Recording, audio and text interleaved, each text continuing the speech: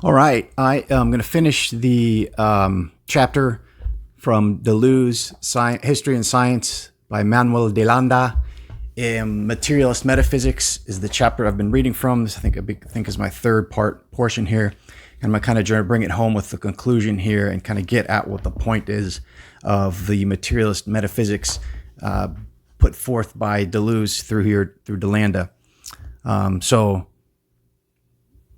to summarize, and this is going to juxtapose again the Aristotelian understanding of genus and species, of these transcendent essential categories, which Deleuze through DeLanda here is looking to replace with a materialist immanent metaphysics.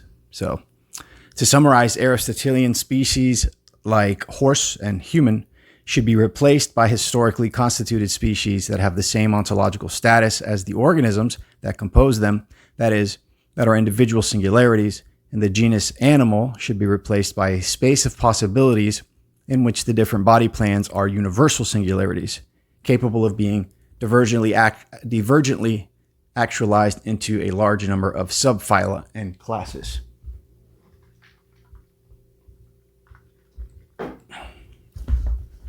To finish this essay, let's add more detail to the philosophical concept that is at the basis of the replacement strategy, the concept of assemblage.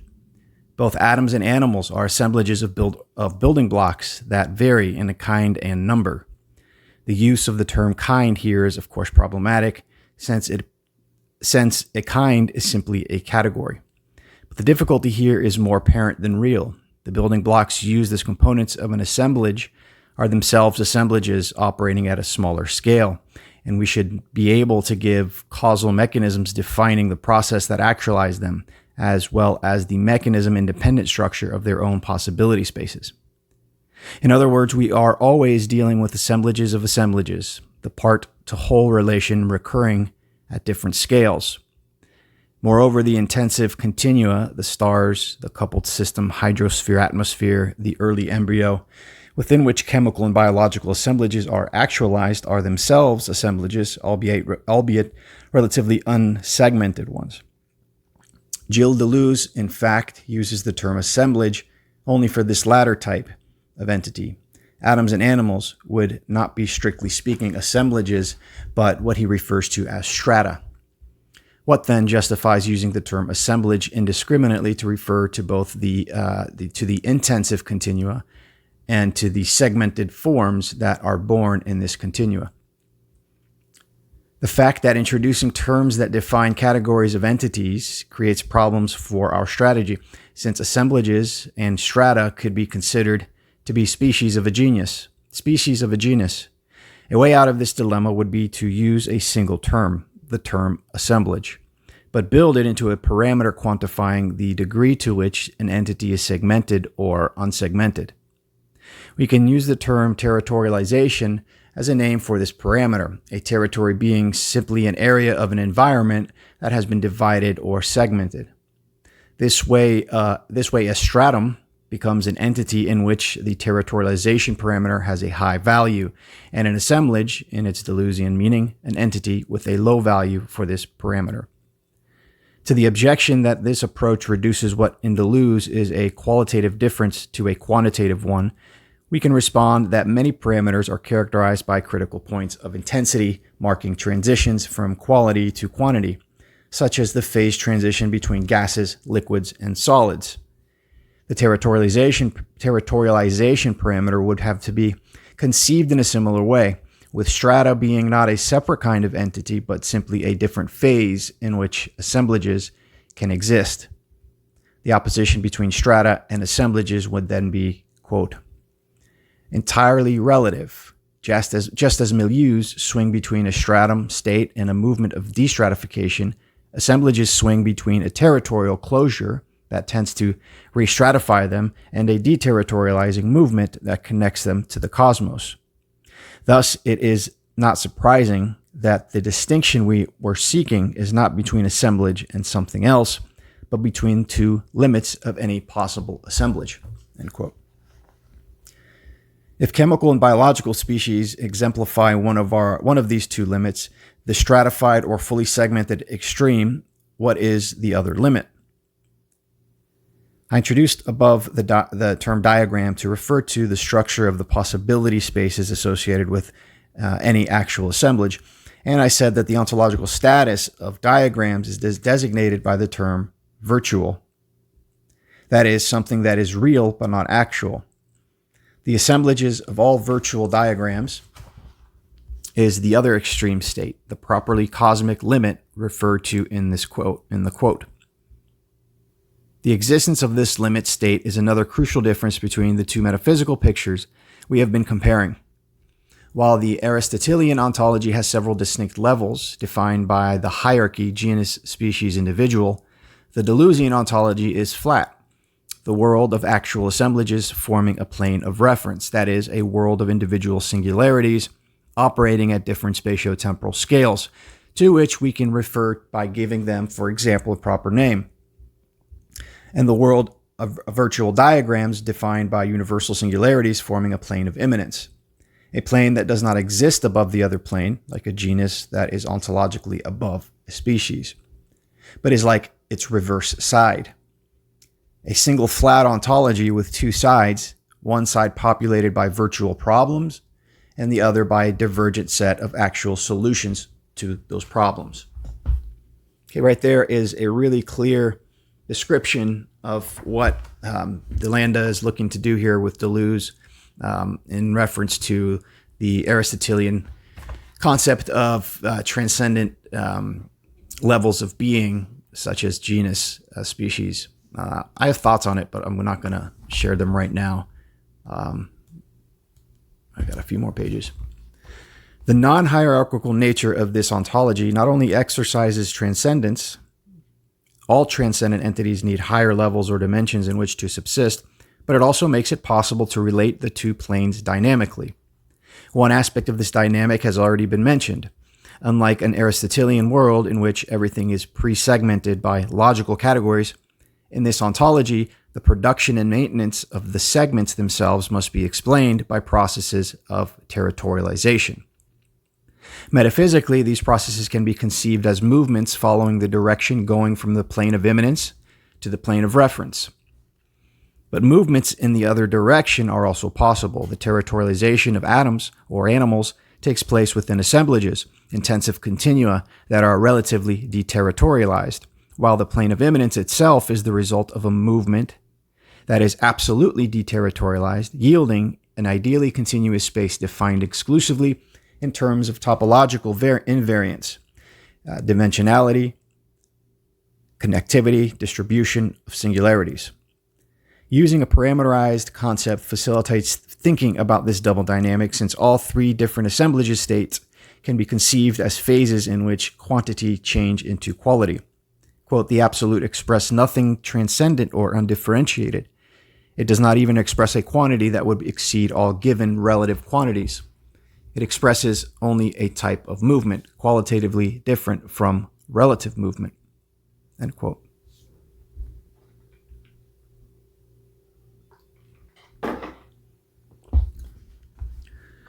Thus, all actual assemblages are subject to historical processes that territorialize them.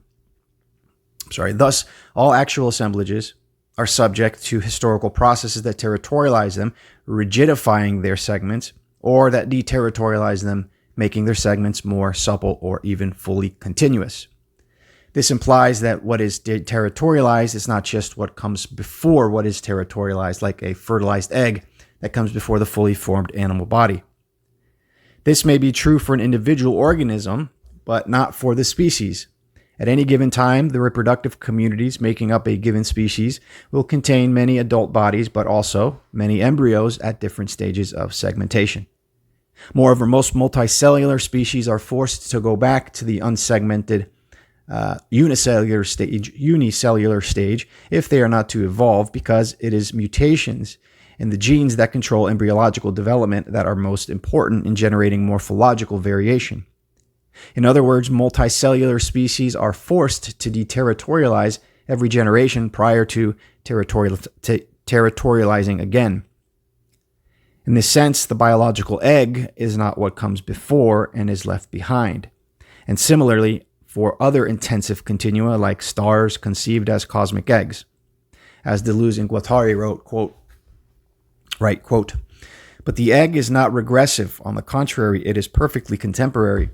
You always carry it with you as you own milieu of experimentation. The egg is the milieu of pure intensity, spatium, not extension. Zero intensity as a principle of production. There is a fundamental convergence between science and myth, embryology and mythology, the biological egg and the psychic or cosmic egg. The egg always designates the intensive reality, which is not undifferentiated, but it is where the organs are distinguished solely by gradients, migrations, zones of proximity." What does it mean to say that we carry an egg with us as a milieu of experimentation? It is a reference to the fact that the relative deterritorializations can be achieved not only by gaining continuity or losing segmentation, but also by exercising capacities to affect and be affected. Whereas properties fix the identity of a segment, capacities can allow one segment to interact with an entirely different one, forming a new assemblage within which that fixed identity may undergo a metamorphosis. A human body may be definable by a finite set of properties, some extensive, height, weight, other intensive, blood pressure, body temperature, but it is also defined by capacities to perform a potentially infinite set of activities. These include not only productive activities whose proliferation is attested by the progressive differentiation of labor into many specialties, blacksmiths, carpenters, potters, soldiers, but also by unproductive activities that nevertheless express the body's infinite potential, jugglers, tightrope walkers, trapeze artists.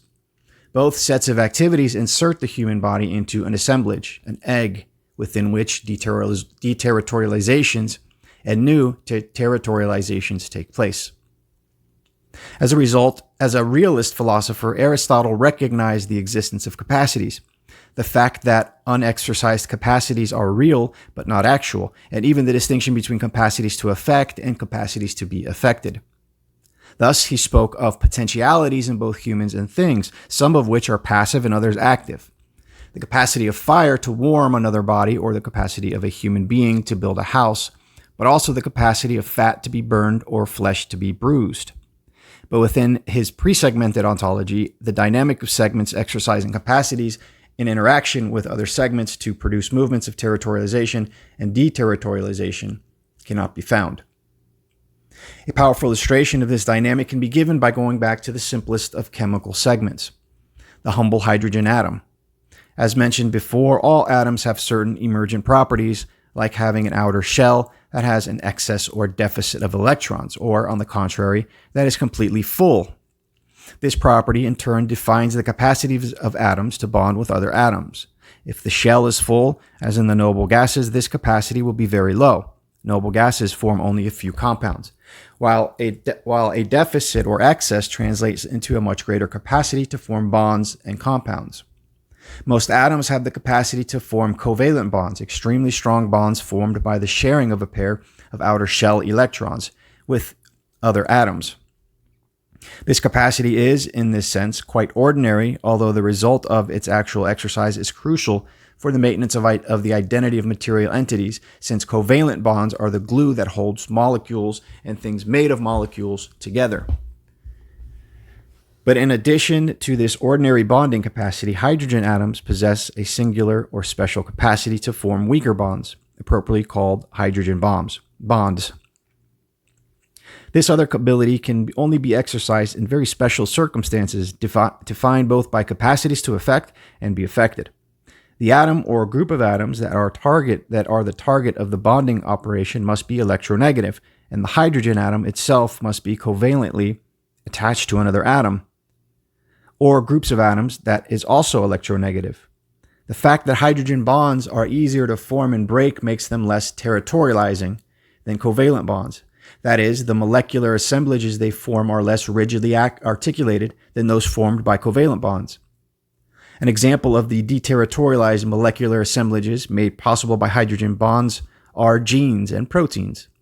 While the identity of a particular gene is maintained through time by its covalent bonds, its capacity to self-replicate is defined by hydrogen bonds, since the two strands of the double helix must be easily unglued and new nucleotides easily glued to each strand, serving as a template.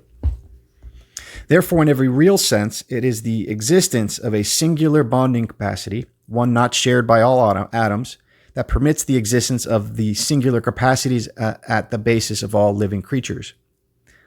I'm going to read that again. Therefore, in a very real sense, it is the existence of a singular bonding capacity, one not shared by all atoms, that permits the existence of the singular capacities at the basis of all living creatures. To put this in the terminology of assemblage theory, the existence of a less territorializing bond is instrumental in bringing about the powerful deterritorialization that characterizes self-replicating molecules, genes, as well as molecules that can recognize targets and accelerate chemical reactions, enzymes. Or to put it even more metaphysically, a deterritorialization at an atomic scale yields another deterritorialization at the scale of biological macromolecules, the two movements forming a line of flight carrying matter away in the direction of the plane of imminence. Although Deleuze and Guattari make only a passing reference to the territorializing effect of different kinds of chemical bonds, they clearly recognize the importance of the discoveries of modern genetics for a materialist metaphysics. As they write, quote, "The alignment of the code or linearity of the nucleic sequence, in fact, marks a threshold of deterritorialization of the sign that gives it a new ability to be copied and makes the organism more deterritorialized than a crystal. Only something deterritorialized is capable of reproducing itself. It is the crystal subjugation to three-dimensionality, in other words, its index of territoriality, that makes the structure incapable of formally reproducing and expressing itself.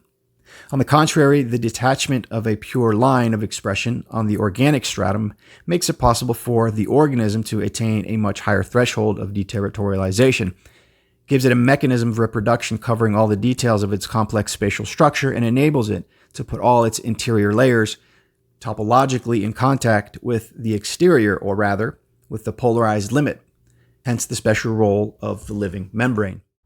For similar reasons, they value discoveries from fields like ecology and ethology to perform the properly metaphysical task of tracking the deterritorializations in living matter that have led to the progressive differentiation of the biosphere. Ecological relations, the relations between a predator and its prey, for example, involve both the properties defining the actual states of an organism, the state of being hungry, as well as the exercise of their capacities, the ability to hunt, the ability to evade a hunter. Capacities need not be actual. If not currently exercised, and when they do become actual, it is not as states but as events that are always double: to eat, to be eaten.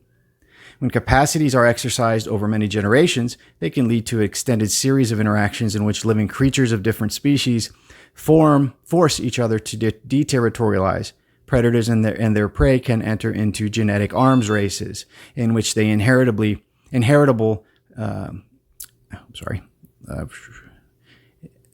which any inheritable improvement in the ability to evade predators or capture prey acts as a selection pressure for the development of countermeasures.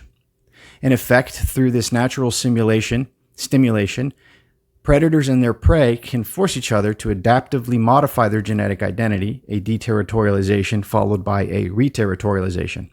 Symbiosis can also lead to series of deterritorializations and reterritorializations. As Deleuze and Guattari note, is the case of plants and the insects that pollinate them.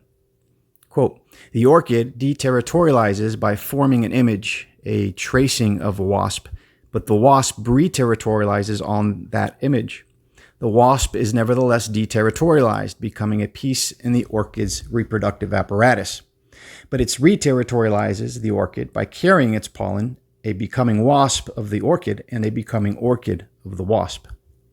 Each of these becomings brings about the deterritorialization of one term and the reterritorialization of the other.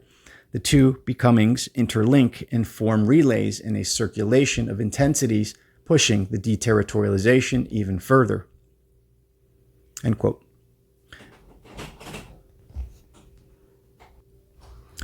Perhaps the most striking example of the deterritorializing effect of symbiosis occurred in some of the most ancient organisms, causing one of the earliest evolutionary divergences. As mentioned above, ancient bacteria managed to discover all the major ways to tap into physical and chemical gradients: fermentation, photosynthesis, respiration. Each discovery drastically increasing the amount of captured energy and pushing organisms further from thermodynamic equilibrium.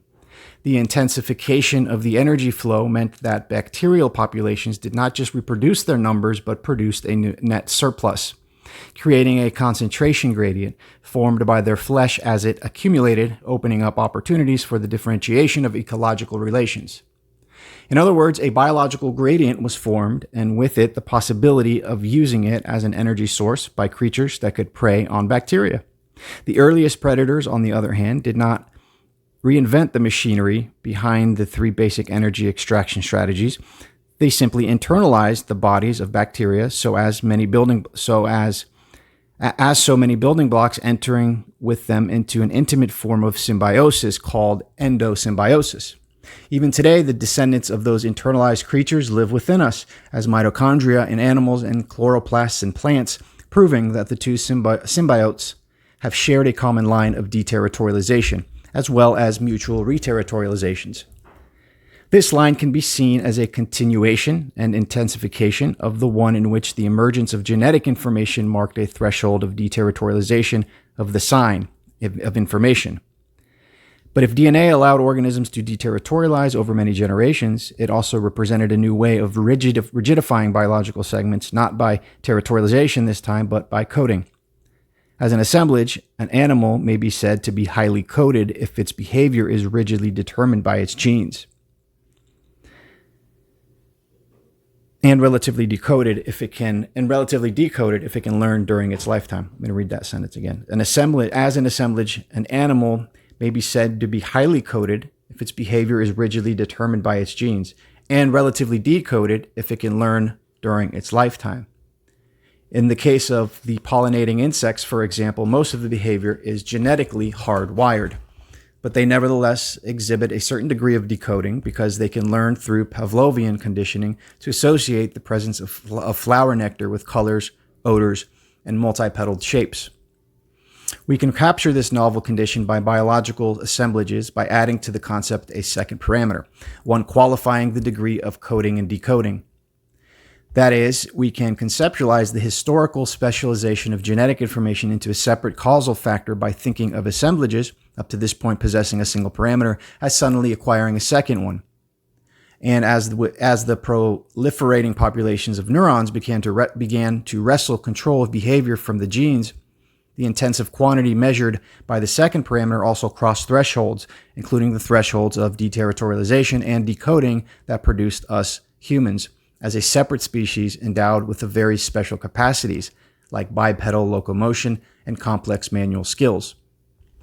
To conclude with the words of Deleuze and Guattari, quote, "Not only is the hand a deterritorialized front paw, the hand thus freed is itself deterritorialized in relation to the grasping and locomotive hand of the monkey.